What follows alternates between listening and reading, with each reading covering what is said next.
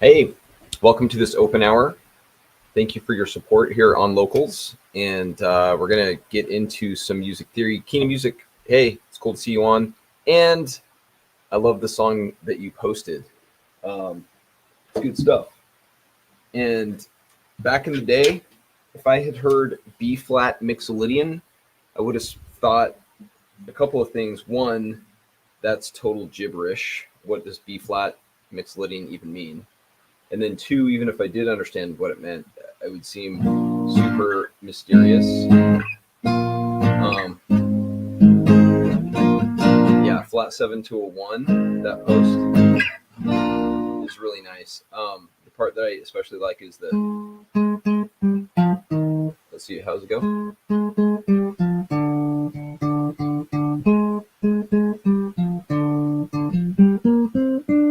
It's like a cool, it's a cool vibe. Mostly a flat 7 to a 1. Sounds really cool. I like it. Thanks for posting that. And it's cool to hear the music that is being made. I dig it. It's good stuff.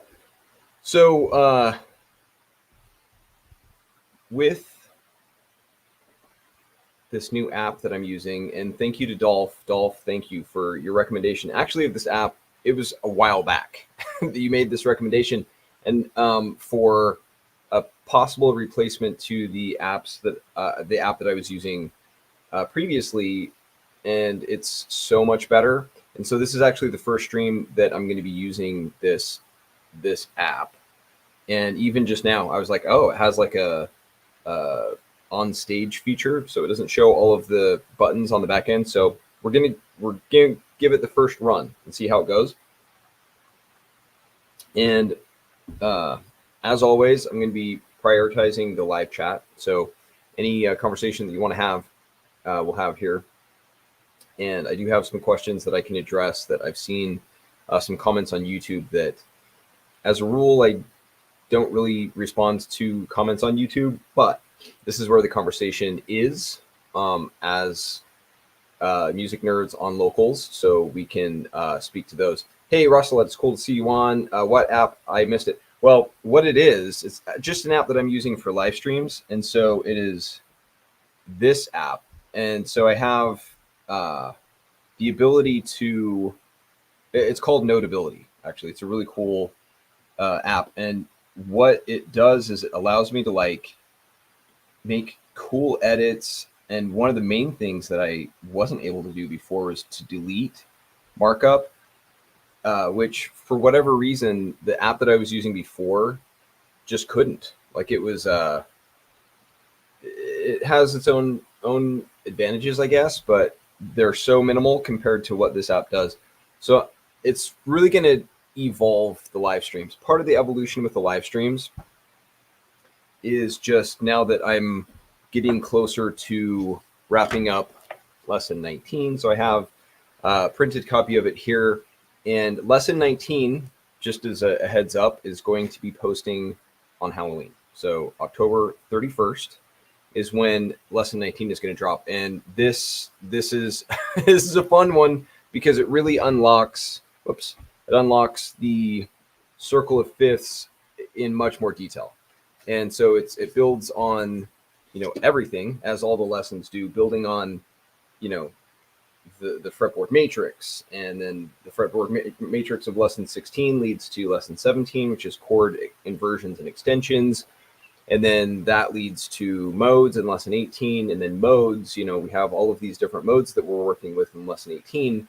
But lesson 19 really shows how to make sense of and integrate all of those modes in a cohesive, coherent way so that the chord progressions can really make a lot of sense and you can navigate harmonic space much more easily.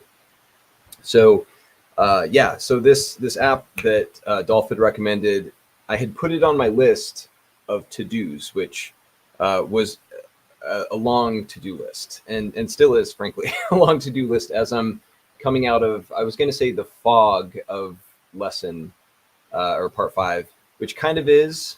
It's been a lot of clarity, but fog in terms of a lot of other things. And so as part 5 is wrapping up and looking ahead to really getting back into live streams and long form and short form videos and posts here on Locals, where we're geeking out more than ever, it's going to be a lot of fun. And so yeah, this app's going to definitely help with that, help streamline the live streams. So speaking of that, I can jump into the first comment here that was in relation to this video on YouTube, and it's posted here on Locals as well. So it's the video is the only chords you need to know, which is here on the right. And so the question is, Jason asked, hi, the picture used for the thumbnail in this video shows the wheel with the chords. Where can I find it? It would help so much. So yeah, speaking of lesson 19, actually, so lesson 19 is titled Going Even Further, and that's in reference to lesson 18, which is expanding your palette as it relates to modes. Modes really shape the mood of the music. And so the cool thing about, you know, the circle of fifths and those chord relationships is they're more than just a single key. And in that video, the only chords you need to know, we really only get at the chords within a major key. But the beauty of the circle of fifths is it gets into all of the other modes, all of the various dialects and permutations of a given key. So in lesson 19, there actually is a diagram of the circle of fifths with the chords spelled out. I'm working on, so to answer Jason's question, Jason, I don't know that you're, well, I don't imagine you're on right now, but if you're going to be watching this later on as part of the replay crew, the answer is twofold, threefold, depending on how I answer this. But like, there used to be a poster of this in the shop, pretty good sized poster. And we sold out of those, and it was frankly logistically kind of challenging to ship those. The shipping was, because it's such a large poster, to get those out across the country and world was logistically challenging. Also, there are some benefits, frankly, to having the ChordMap in that it's more compact. It has movable layers that allow you to delve into those modes, like I'm talking about, in terms of, you know, the permutations of these patterns and playing with different arrangements of chords. And also, as it relates to this diagram, these are showing just the open chords or certain inversions, a select subset of inversions we get into in lesson 17 that rise up and down the fretboard for the various chords. So the C chord, for example, can be played, you know, according to the caged pattern of chords. You know, this is showing C major chord, and I can mark it up because this app is awesome. So this is a C major chord with a C, 2 C notes, a couple of E notes, and a G note in these positions. And it's open because we're not barring anything. This X represents the low E string, which means that I'm not actually pressing any note on that string. But the cool thing about C, or any of these chords, is that we can play different inversions, right? So we have, you know, C up here, we have C in the G position, we have a C in the E position, and then keep rising up the fretboard for different inversions. And so there could be different iterations of this poster that really expand your palette even further as it relates to different chord shapes. And so with the chord and mode books, they really expand on this diagram and amplify what it means.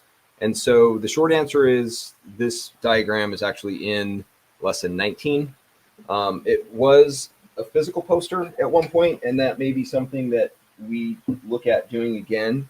But for right now, the place to find it is going to be in lesson 19, which again is going to be dropping on Halloween, which is an awesome day.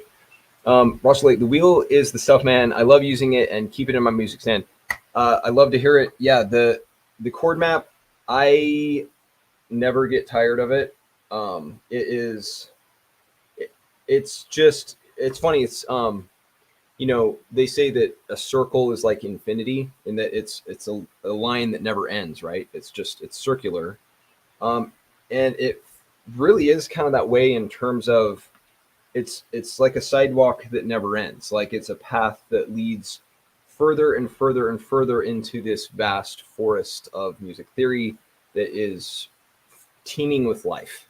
And so I'm loving it too. And lesson 19 really gets into the circle of fifths in a whole lot more detail. So some of the stuff, Russell, that we've talked about here, and some of the questions you've had in terms of, hey, you know, like to explain to your friends, hey, you know, what's the benefit of using certain symbols on this, or, you know, as it relates to the structure of the chord map. And lesson 19, and I've said, you know, in the past, hey, you know, I'm going to be explaining it in way more detail as the course progresses. Lesson 19 is where that is spelled out in maybe even more detail than you care to know, but it is super amazing how all these patterns work, and lesson 19 gets into it. Of course, you need to know lesson 18 to really make sense of how these patterns and permutations start to interweave, how they're interwoven, because the circle of fifths is intricate, to say the least, and it is, you really need to understand modes. And even in lesson 18, when we get into the symmetries of relative versus parallel modes, there's a table in there. Actually don't have, well, I don't think I don't have that diagram pulled up, but basically in lesson 18, you know, we get into the symmetry. It's like this crazy overlay between, it's in a table format of relative modes versus parallel modes, and how they form this X, and how they're symmetrical around the tonic. It's crazy how it works. And while in lesson 18, it seems like we just kind of bang on about this seemingly esoteric point about the symmetry of these patterns, really comes back in a very practical way to make sense as it relates to the symmetry of relative and parallel modes in terms of their rotations and how to arrive at them on the chord map, because these patterns are truly symmetrical. Like music is geometric and symmetrical at its core. So everything we talk about is in there for a reason, right? Like we're not just waxing philosophical for the sake of the philosophy of it. It all comes back to a practical application, which will make more sense as we go forward. And there have been hints of it, you know, as we're doing a song insight and we're saying, hey, you know, we're just, you know, we're borrowing a chord from, or we're basically pulling in a secondary dominant to, you know, oh, I'm not showing my map. Like, you know, we'll say, hey, you know, we're going to pull in a secondary dominant to a 6 chord. So we have to come over here to pull that in.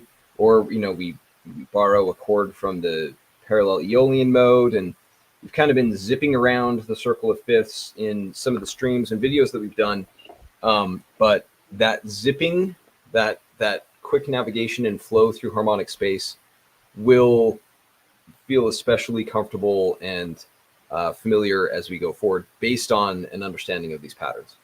When I first got into music theory, I was like, I wanted to dance through harmonic space. I wanted to flow freely and, you know, just at ease within the patterns of music, but I didn't understand that it was patterns. And to see that it's patterns is the key to really understanding music, because music is patterns, and they're totally organized. One of the questions, getting a feel for what I'm looking at here. One of the questions was, well, it wasn't a, I mean, it was a question, but it's a rhetorical question. So this was in relation to the guitar fretboard. Cheerful Pessimist wrote, instead of a welter of letters and symbols, a welter of color gradations. And so, in other words, I think what they're saying is uh, the fretboard with its, you know, seemingly uh, seemingly chaotic, or it could, the face of it look like a random array of colors. What's better? Why is that better than letters and symbols? If, or, you know, letters and numbers. Like, if letters and numbers are so confusing, what makes, you know, what looks like a crazy spectrum of color, looks like a scrambled pattern of color, why would that be better? So I had to look up the word welter because I don't I'm not a user of that word. And so how do I get rid of this window? So, this person used the word welter twice, so it was important. So it says, to become deeply sunk or bogged down, a state of wild confusion, a confused jumble. So I think in that video, and what we talk about here is, we clarified that it's not a confused jumble. In fact, that's the point, is that music is profoundly organized, in that it's like amazingly organized.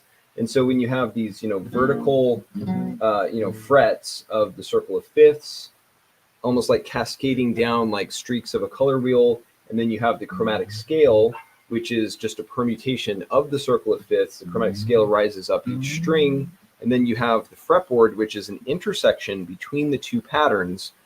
That is actually super organized. It's just not, I guess, maybe as straightforward as what they were hoping for.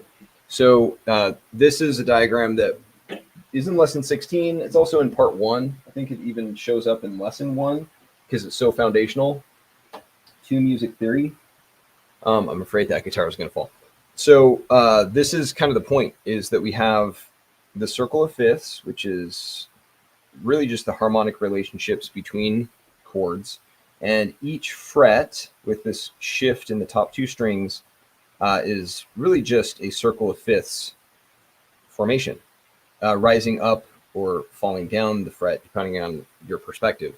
And then each string is a chromatic scale, which itself is just a rearrangement of the circle of fifths. And so each string, horizontal line, intersects at every single point along the fretboard, along this beautiful matrix, super organized matrix of sound. So it's not a welter. It's in fact the exact opposite of a welter. It would be the antonym of welter. But I understand, like, sometimes I'll learn a new word and want to just use it. So that may be the case there. This actually on the same the same video, like right around the same time, dyslexic Batnem, which I think is a play on Batman, but it's like getting some letters rearranged, commented, the circle of fifths goes down the fretboard vertically, the chromatic scale goes across horizontally, which is a beautiful synopsis of the point of the video, which is showing that it's not a welter, but in fact organized. And I think actually, thanks to dyslexic Batnem pointing out that this arrangement, and be able to say it so concisely, and that is the gist of the video, right?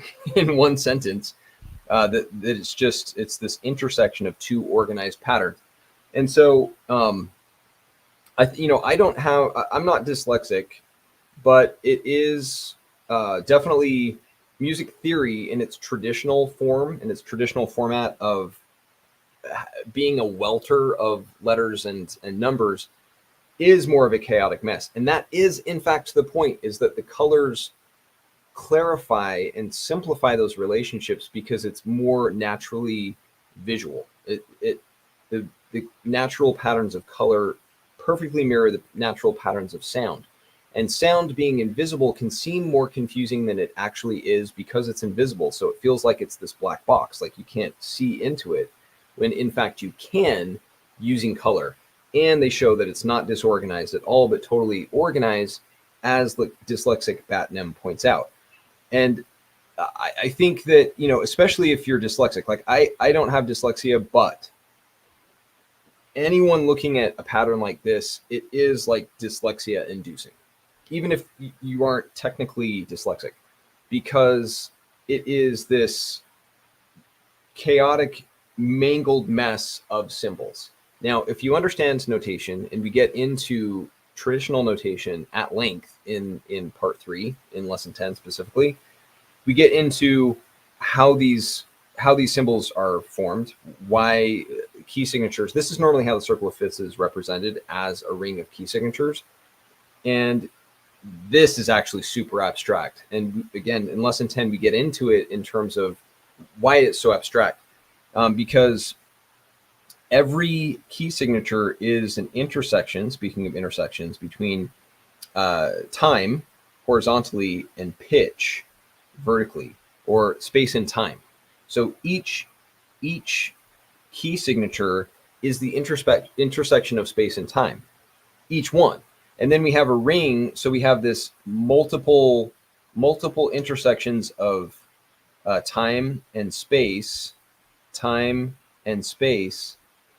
all in a ring. And so it's like these multiple dimensions of time and space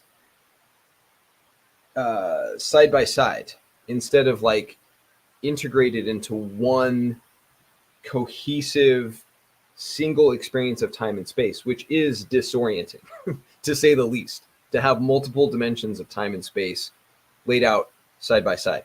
Now, back in the day, I didn't know that. Here, I'm going to try the new erase tool. Well, it's new to me in this app. It's so beautiful. And then look, oh, I couldn't do that with the previous one, so I love it. So just looking at this diagram, it is confusing. It is disorienting. But if you don't know how notation works, what's even more unsettling about that is that it's disorienting and you just don't know why. If you don't know that, so here, let's do, I'm going to use one of these cool color features. So here we have time and space, an instance of time and space. And then we have another instance of time and space. And we have another instance of time and space. And so they're all, like I say, I'm kind of beating a dead horse here, or I don't know if the horse is quite dead yet, but we're giving it a lashing. That these multiple dimensions are coexisting. And if you don't know how notation works, you're just like, yeah, that's confusing. And then if you do know how notation works, then you're like, yeah, that's really confusing. It's such a bad representation. To get more concrete is to take the same pattern and get at how the circle of fifths is formed, which is through a ring of daisy chain patterns, major scales that overlap to form this cohesive structure of related scales. And then to go a step further and then just bring it into just colors and shapes, you can really get into, you know, how the fifths are related. And oh, sure enough, they correspond with the color wheel, which is showing, you know, the harmonic relationships between colors, just as these notes show the harmonic relationships between the different pitches in music. And so, and it's super organized because it's this daisy chain pattern of, you know, this major scale overlaps with this major scale, overlaps with this major scale, overlaps with this major scale, and so on. So when we get at the circle of fifths intersecting with the chromatic scale, yes, it does take multiple steps to get there, because to even arrive at the circle of fifths, you have to go through that daisy chain pattern of overlapping major scales, and then to distill it down to the fifths, and then to rotate those fifths into the chromatic scale. But even that rotation is a simple rotation of tritones, at 180 degrees. It's actually super organized. And then once we have that pattern, we intersect them in this intricate array. The intricacy, something that's intricate isn't necessarily complex or complicated. Something that's elegant is not complicated. In fact, something that is elegant is simple. complication does not equal sophistication. Actually, elegance is simplicity and elegance is sophistication. So I'm going on, but it really is worth noting that it's not actually disorganized. That's the point. It's super organized. And I think that someone who has dyslexia or maybe thinks in a way that benefits from a visual layout of things and just an organized logical layout of things, it does make sense. And so it was an interesting juxtaposition of comments. Someone who's dyslexic is like, yeah, I get it. I can restate the point in a sentence. And that's really what it is just, it's a series of patterns that are organized, logical, and it's a sequence that isn't random. And that's the beauty of music theory, is that it's not random. It is organized. And that's what has turned me on about music theory for so long, is that once I realized it's patterns, and not just patterns, but patterns that you can see and really just wrap your head around, it made all the difference. Hey, key to music. What is your favorite key to compose in? So, I think, so I'm going to speak broadly about that, and then I'll get to the actual answer. I'm just kind of looking at different. So I think and I'm interested to know your favorite key. I like the B flat mixolydian that you played with. B flat is a good one. So I think the answer may depend on the instrument that I'm composing in, right? So if I'm playing in, you hear a lot of songs on the guitar that are written in, say, like the key of G, because you hear a lot of songs in that key, I think partly because it's so conducive to chords in the key of D, or key of G, pardon me. I was having a point with D when I said that. So that might be why that's a fun one to compose in. I think the key of G is also conducive to my vocal cords. I don't know if I'm saying G is necessarily my favorite, but it's a common one on guitar. Though that shouldn't limit you as we get into in part 5 really as a whole, because various inversions open up, the options. On a piano, it could be a little bit different based on just the shapes of those chords. I do really like A flat. I like F. I think I've been drawn to F, which isn't too far from G in terms of a vocal range. So I think that I've tended to like F. I do like a bit of E flat. And so, B flat, F, and E flat in the circle of fifths are neighbors. So I'm kind of in this purplish range as far as keys go. But G is over here. So, man, it might just depend on how the song comes about too. Even though you can transpose a song into any key, sometimes just playing certain chords, playing with, certain melodies in a certain range just kind of lends itself to the vibe of a song, even though you could transpose it into other keys. So I would say guitar, I tend to kind of be over here, actually. And then on keyboard, I tend to be over there. Actually, that's a good question. I have not thought about it in that way. And then C is always nice. So maybe I'm kind of in the top half. I tend not to come over here. I don't know if that's even a true statement. I don't know if that's true. I would need to take inventory of the different keys. But what about you, and why? What's your favorite key to compose in, and why? And I know you said, and you are more of a keyboard fan, so I'm interested to know if the keyboard tends to be over here.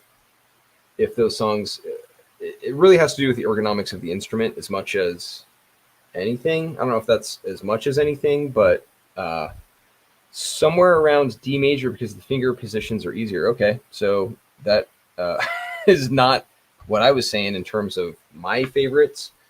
D, let me try.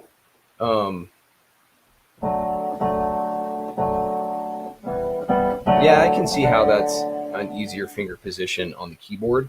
So you're saying you've got on keyboard, because I know a lot of your stuff is keyboard, is you're more like in this range. So we're talking in this range, which is closer to, you start getting over. One of my favorite chords, frankly, on the keyboard is this chord, F sharp minor. There's something really satisfying about that. I also think E flat minor is really fun to play. It's just beautiful. And I know that's kind of a dumb reason to say that's a favorite chord, but it just looks so nice. And just, I don't know, I like the shape of it. I like how you can, play different inversions on the black keys, which is a good one. I also like the sound of D. Yeah, D is a good one. D also on guitar is fairly conducive to.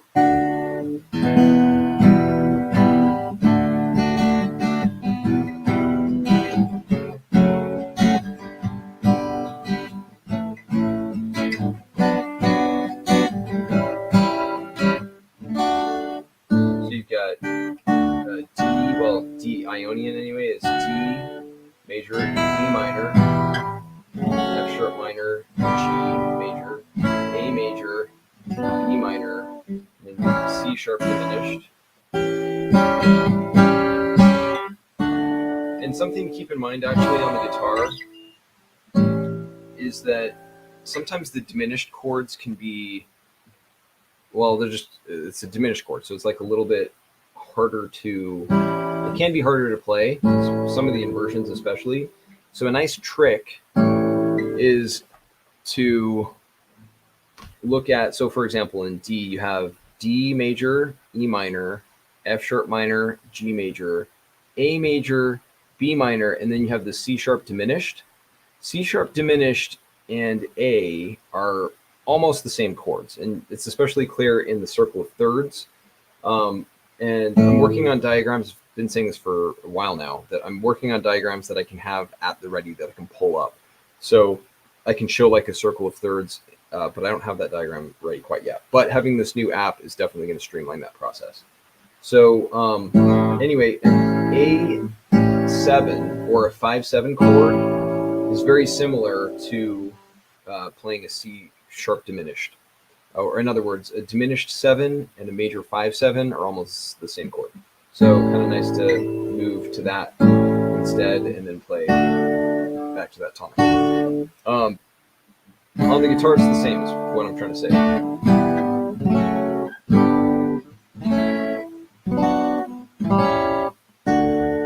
It's a nice key.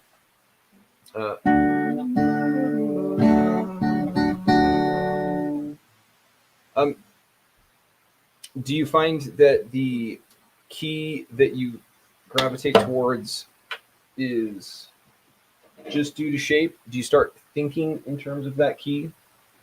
Like, do songs come to mind in that key?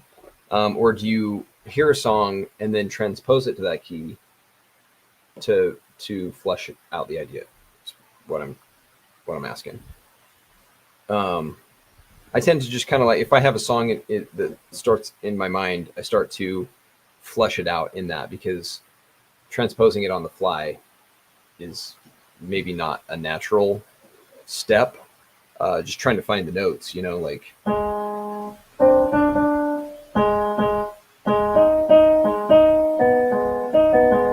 Like trying to transpose that, I think on the fly would be difficult. Okay, let's look at another question here. Okay, these names are great. Asbestos 20, as it relates to the Dorian chord progressions. So on Dorian, great lesson, but how can I memorize all the different chord numbers for each of the 7 modes? Minor 1, major 4, minor 5. Now it becomes a major 5, then minor 6 becomes a 1. Whole structure changes 7 times. Yeah, totally. When it comes to modes, it can be confusing. So I have some posts here on locals that get into the different permutations of the chords. So for example, let's look at, well, I think that was about D Dorian, right? Yeah, I was using D Dorian. D Dorian is a permutation of C Ionian. So let's take these chords of C. So you have C major is a major 1, D minor is a minor 2, E minor, minor 3, F major, major 4, G major, major 5, A minor, minor 6, B diminished is a diminished 7, and back to 1. So basically, if you just look at the root notes there and played that as a pattern, it would be, you know, C, D, E, F, G, A, B, C, or a C major scale. If you play that same pattern as a fleshed out harmonic sequence, it would be C, D minor, E minor, F, G, A minor, B diminished, and C. So it sounds like that major scale only fleshed out or on steroids because it has all the harmonies.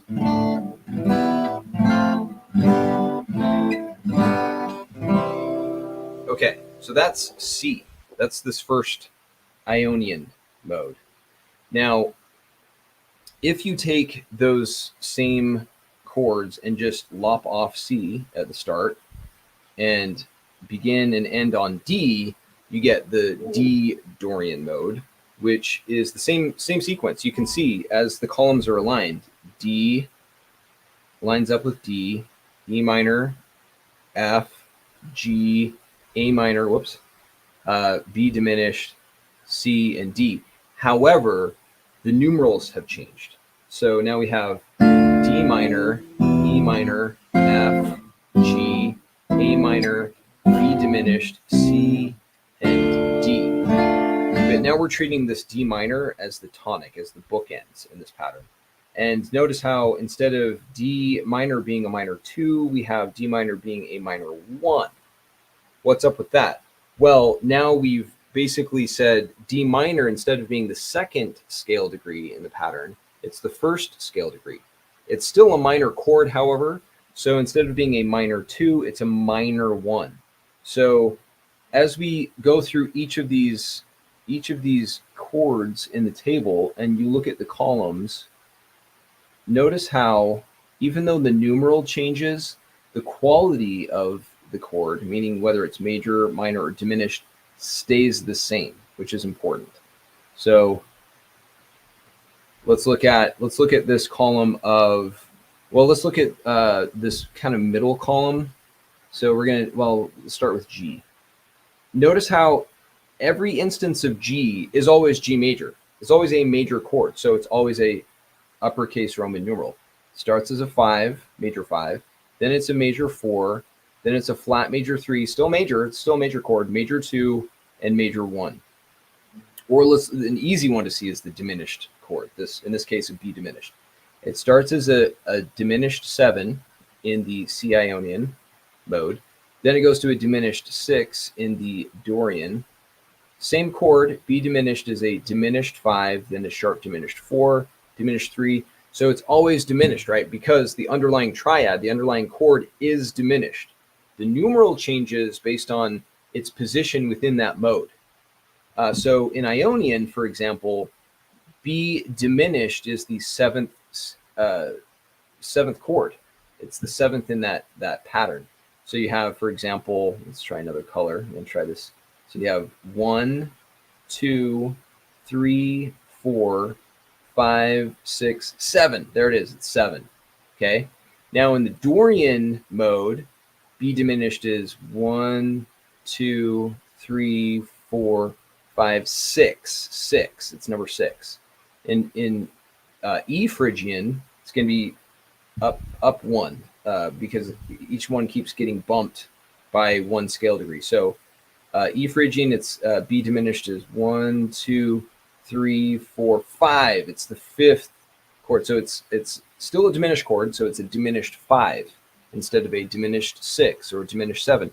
So notice how I'm going to try this cool erase feature, which is so wonderful. Love it. So nice. Thank you, Dolph. Every time I use this app, I'm going to think of you. It's so nice. Oh, let me try that again. Okay, so let's come back to that would have taken like 5 minutes of undos with the previous app. So as we look through it, and B diminished is a nice one because it goes from top to bottom in one column. Notice how as you cycle through the different modes, you go from 7, 6, 5, 4, 3, 2, 1. Because, whoops, well, I don't want to unlock that. Oh, come on. Don't upsell me in the middle of the live stream. And then we have, oh, come now. Because this is a new app, I am getting a feel for how it works. Wow.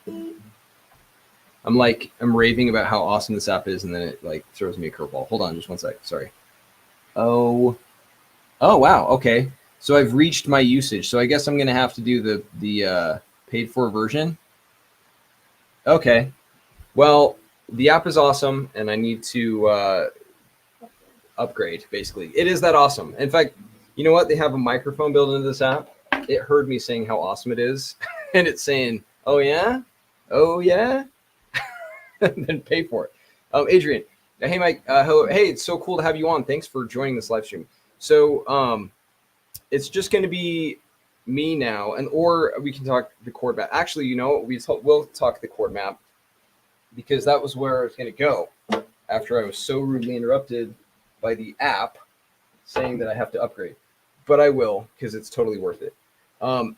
Adrian, thanks for being on. And if you have any questions or comments about what we're talking about here, let me know.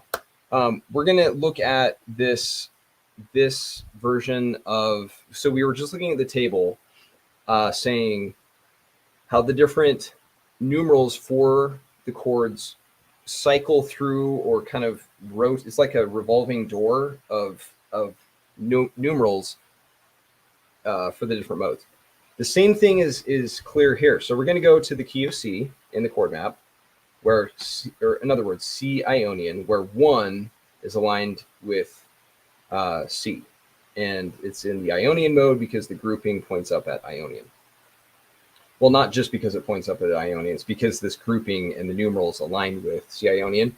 And there are some posts here in the library and on locals that get into the structure of that. And like I say, lesson 19, which is going to drop on October 31st, gets into this in even more detail. And we're going to be getting into it in more detail going forward, even including right now.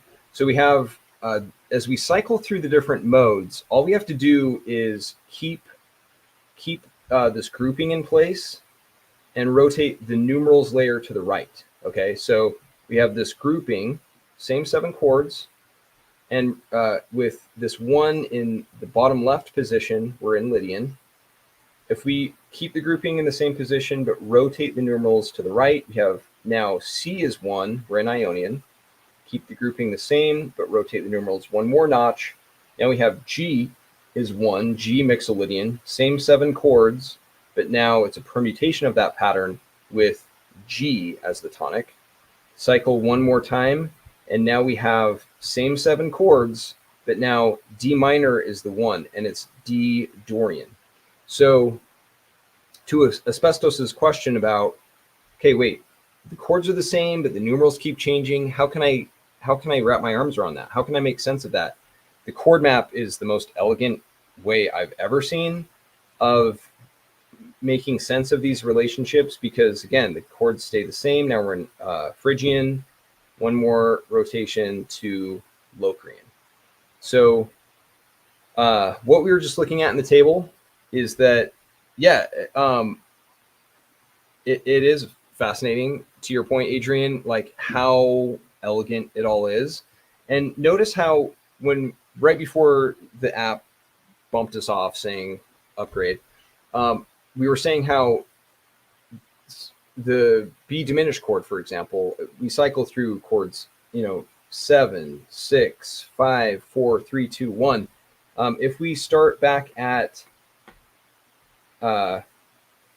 C Ionian, it's 7. So B diminished is the 7 chord.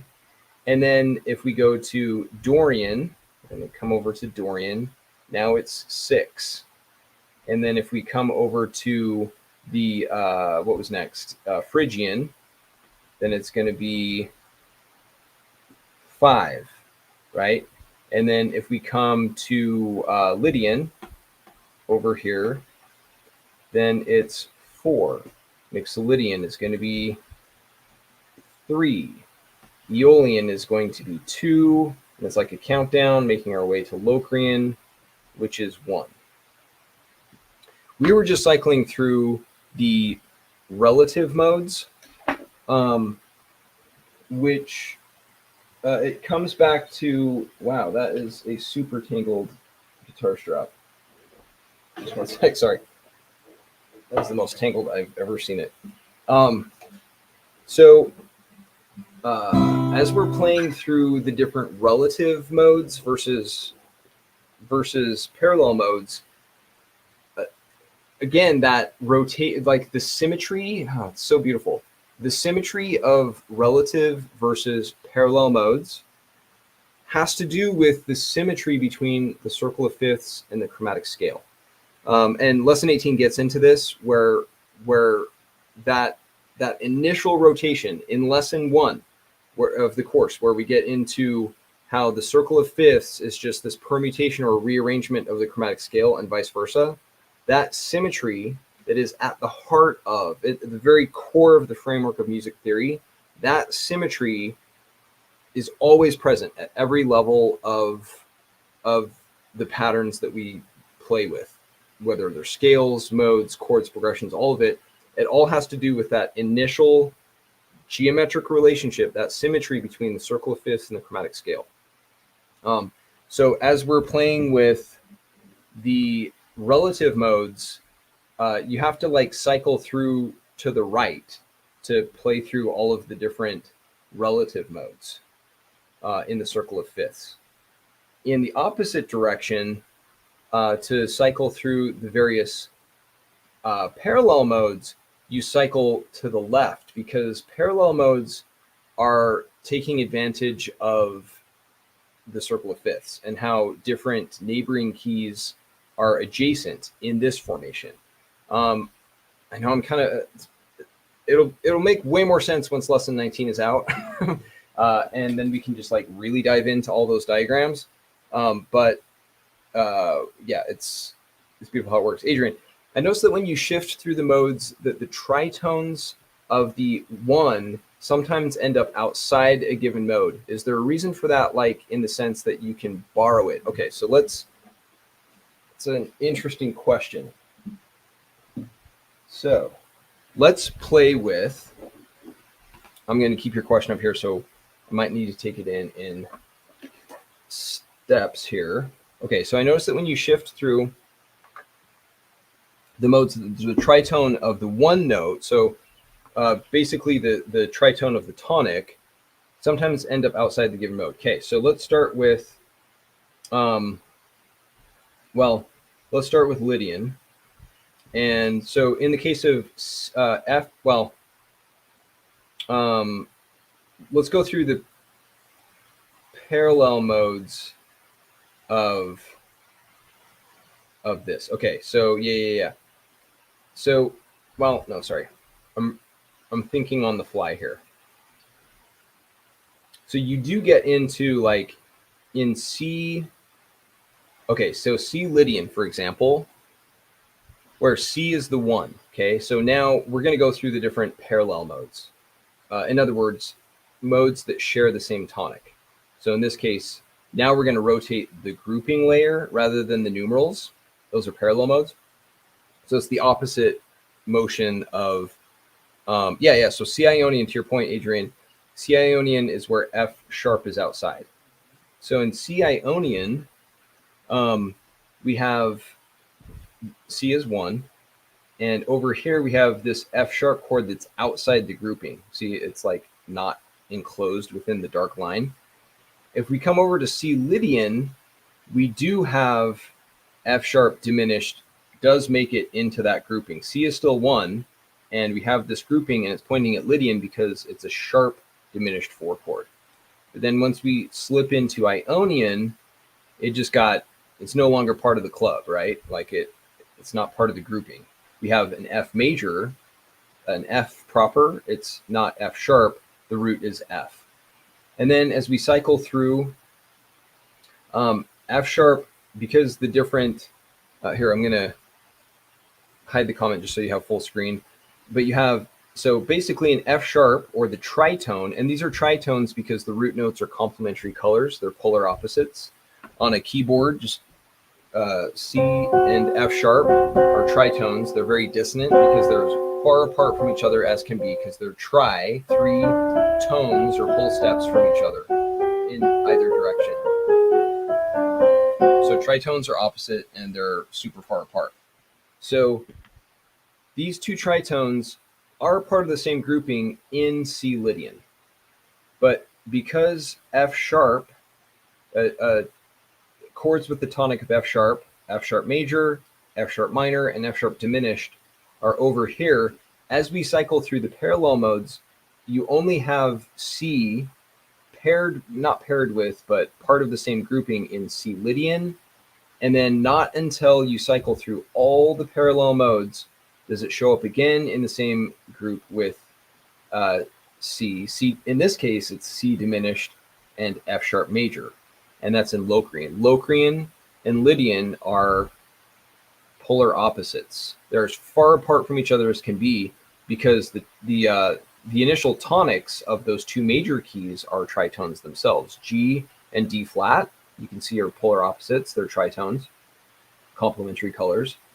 And likewise, but in this case, in the case of the modes, we have C diminished with F sharp major, so where the tonic is diminished and the 5 is major, or in C Lydian, now that's reversed. We have C major, the tonic is a major 1, and in this case, the tritone, sharp diminished 4, is the diminished chord. So they swapped places. They're opposites. So it's so cool. Like, it's like the modes are a macro version of the micro complementary note colors. Yes, and I literally have chills in how concisely you stated that point.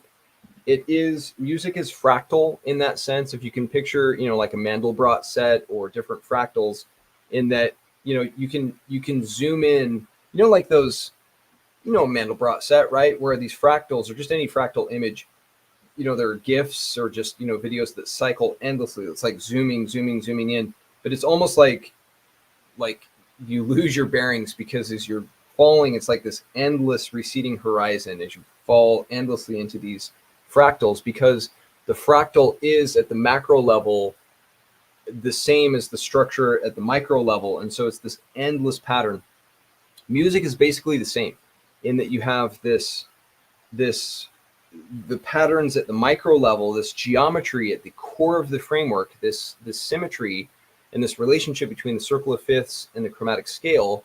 In lesson 1, we're just talking about the 12 tones of the chromatic scale rotating into the 12 keys of the circle of fifths. And even that is kind of mind-blowing, because we're just talking about 12 notes and the relationships between them. But because the layers build on each other, and you start getting into scales and getting into chords, getting into modes and keys and progressions and all this stuff, like it's more complex, because you're starting to deal with harmonies, notes played simultaneously, and the relationships between them.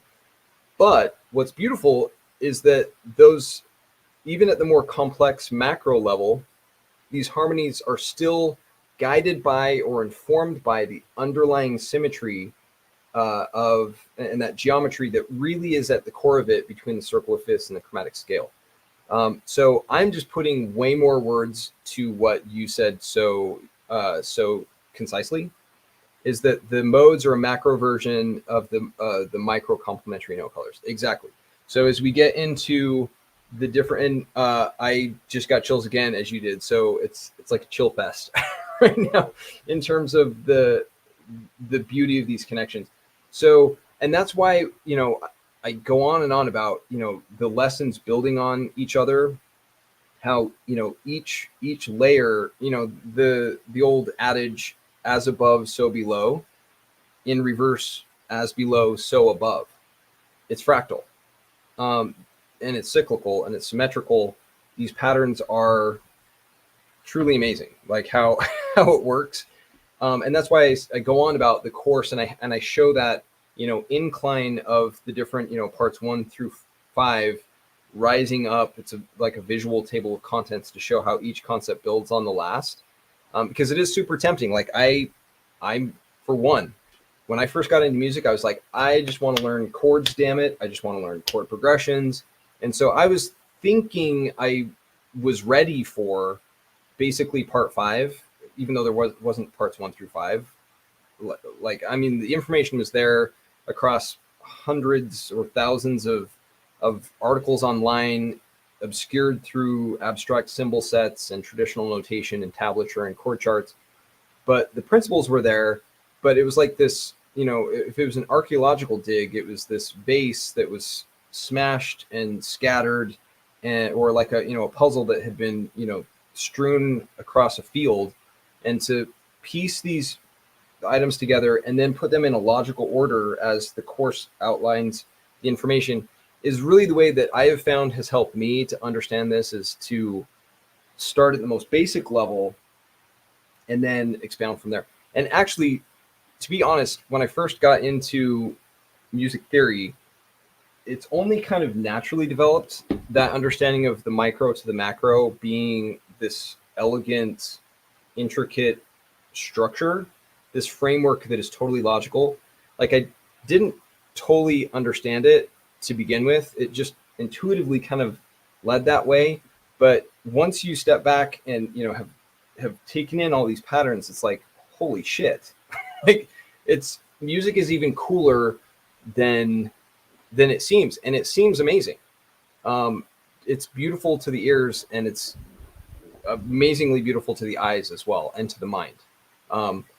It is truly a language, and as we advance through the course and even beyond the course, the nature of this language makes even more sense, even though it is amazingly kind of hard to grasp. So yeah, anyway, I got a little off track there, waving my arms about the beauty of it all, but it really is, yeah, it's amazing. I mean, that is an excellent point. And the cool thing about the tritones, so tritones come in, there's a thing called tritone substitution that I've done a video about it. It was actually a really cool, who was it? Was it Oasis did a song with some tritone substitution, was the example. Tritone substitution shows up a lot, actually, in various songs. But we've only just begun in terms of really applying the geometry that has informed everything up until this point to really further dissecting the chord map, further analyzing and gaining insight into various songs, which all leads to the point of, you know, songwriting, right?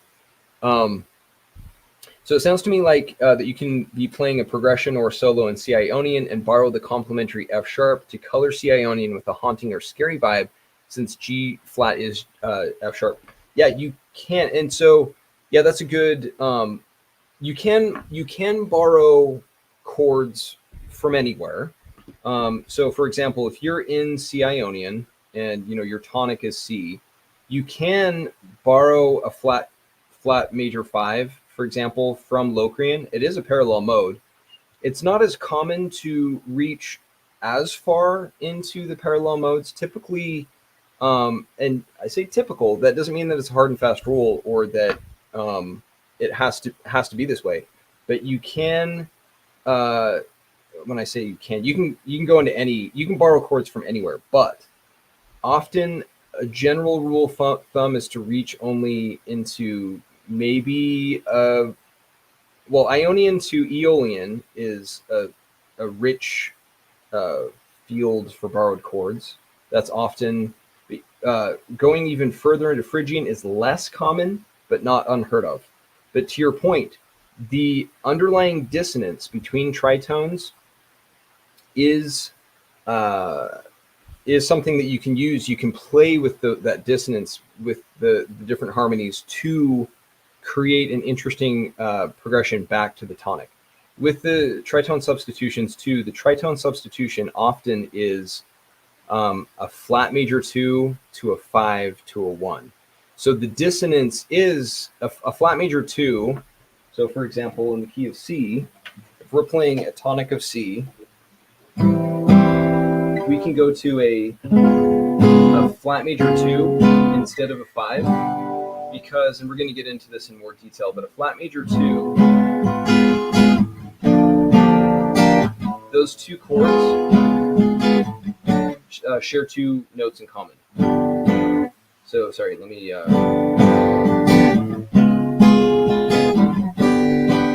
So you could play a flat major 2 instead of a 5, and you lead up to it with certain chords and a progression to kind of like tee it up. But tritone substitutions can incorporate some serious dissonance while still retaining some of the harmonic framework due to the tritone relationship between the major 2, flat major 2, and the 5. And that can create some really interesting, it's like an unexpected jolt that brings you back to a tonic. So yeah, there's some amazing stuff. And there's a lot that we're going to be exploring when it comes to the chord map, comes to modes, comes to chord progressions, melodies, all of that. Like I'm starting to play with this app. Obviously had only just begun because I'm getting a feel for what's needed to utilize it to its fullest for these upcoming streams. And I'm buzzing. I'm so excited to be here geeking out with you, and I'm so grateful for your support here on Locals. And I see that we're at the hour, a little past the hour. So we'll wrap it up here for now and be looking forward to, thanks, Russell, for being on, and Adrian and Keen Music. I love geeking out with you, and we're going to be geeking out more. So I hope you have a great rest of your day, and we will talk real soon. We'll see you. Bye.